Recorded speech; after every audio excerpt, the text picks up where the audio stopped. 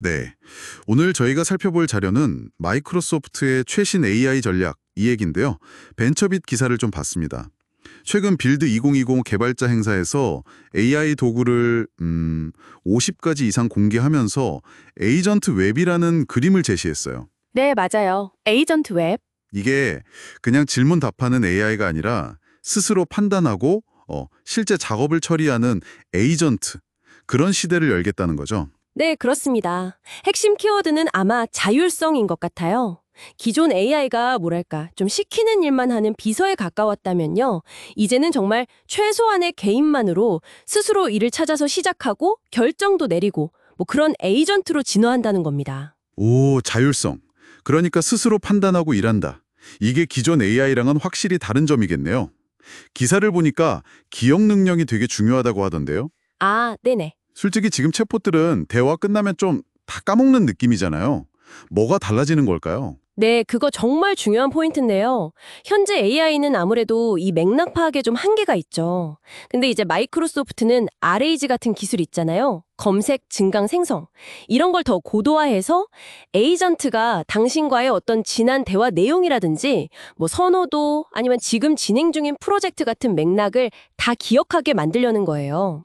그 스티븐 바티시라는 분 말처럼 당신과 당신의 상황을 정말로 아는 에이전트. 네, 그렇게 만드는 거죠.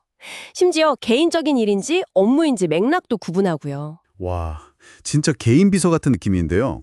이게 그냥 컨셉이 아니라 혹시 벌써 적용된 사례도 있나요? 개발자들이 많이 쓰는 GitHub 코파일럿 얘기도 있던데요. 네, 맞아요. GitHub 코파일럿이 이미 그런 방향으로 가고 있어요. 단순히 코드 추천해주고 이런 걸 넘어서서 자율적으로 코드를 리팩토링하고 버그를 찾아 수정하고 심지어 뭐 새로운 기능을 구현하는 수준으로 발전하고 있다는 거죠. 제가 퇴근한 사이에 혼자 버그 리포트 보고 막 수정하고 그런다는 건가요? 와, 이건 진짜 게임 체인저인데요? 그렇죠. 거의 AI 동료 개발자가 옆에 있는 느낌일 수 있겠죠. 그리고 기업 입장에서는 이걸 더 크게 봐서 Azure AI Foundry, 이걸로 여러 전문 에이전트들이 협력하는 시스템, 그러니까 멀티 에이전트 팀을 만들 수도 있게 되는 거고요. 그 레이 스미스 부사장 설명처럼 복잡한 업무를 각 분야 전문가 에이전트들이 나눠서 처리하니까 훨씬 안정적이고 효율적일 수 있다는 거죠. 뭐랄까, 만능 에이전트 하나보다는 전문가 팀이 낫다, 이런 접근이에요. 근데 이런 강력한 기능들이 전부 클라우드에서만 돌아가는 건 아니죠? 요즘은 기기 자체에서 AI를 돌리는 그 온디바이스 AI도 중요해지고 있잖아요. 아, 네, 물론입니다. 윈도우즈 AI 파운드리가 바로 그 역할을 해주는 거예요. AI 모델을 이제 당신의 PC나 뭐 스마트폰 같은 기기에서 직접 실행할 수 있게 지원하는 거죠. 이렇게 되면 인터넷 연결 없이도 AI를 쓸 수 있고 데이터 사용량이나 비용도 줄고 또 민감한 정보가 밖으로 안 나가니까 개인정보 보호에도 더 좋고요.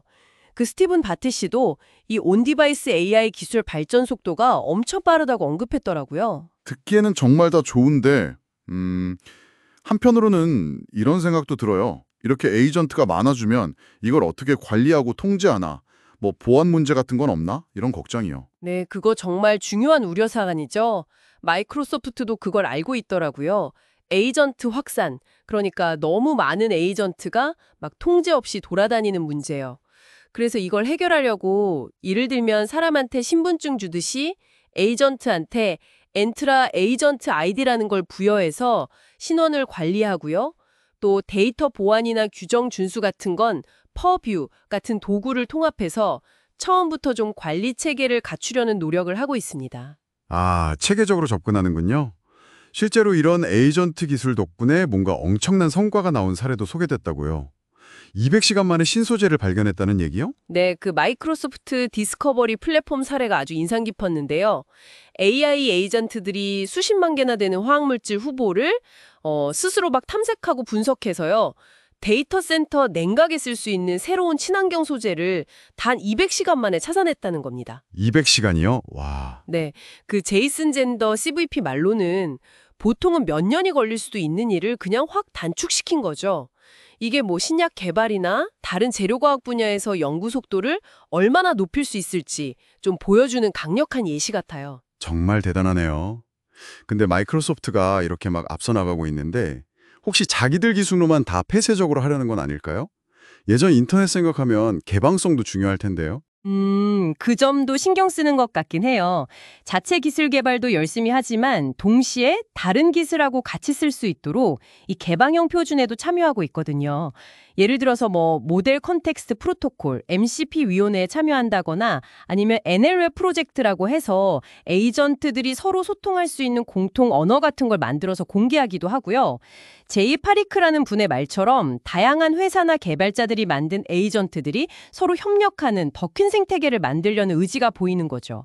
독점보다는 협력을 통한 성장을 생각하는 것 같습니다. 그럼 정리를 좀 해보면 우리가 지금까지는 웹에서 정보를 주로 찾았다면 이제는 AI가 대신 행동하고 실행하는 그런 행동의 웹으로 넘어가고 있다. 이렇게 볼 수 있겠네요.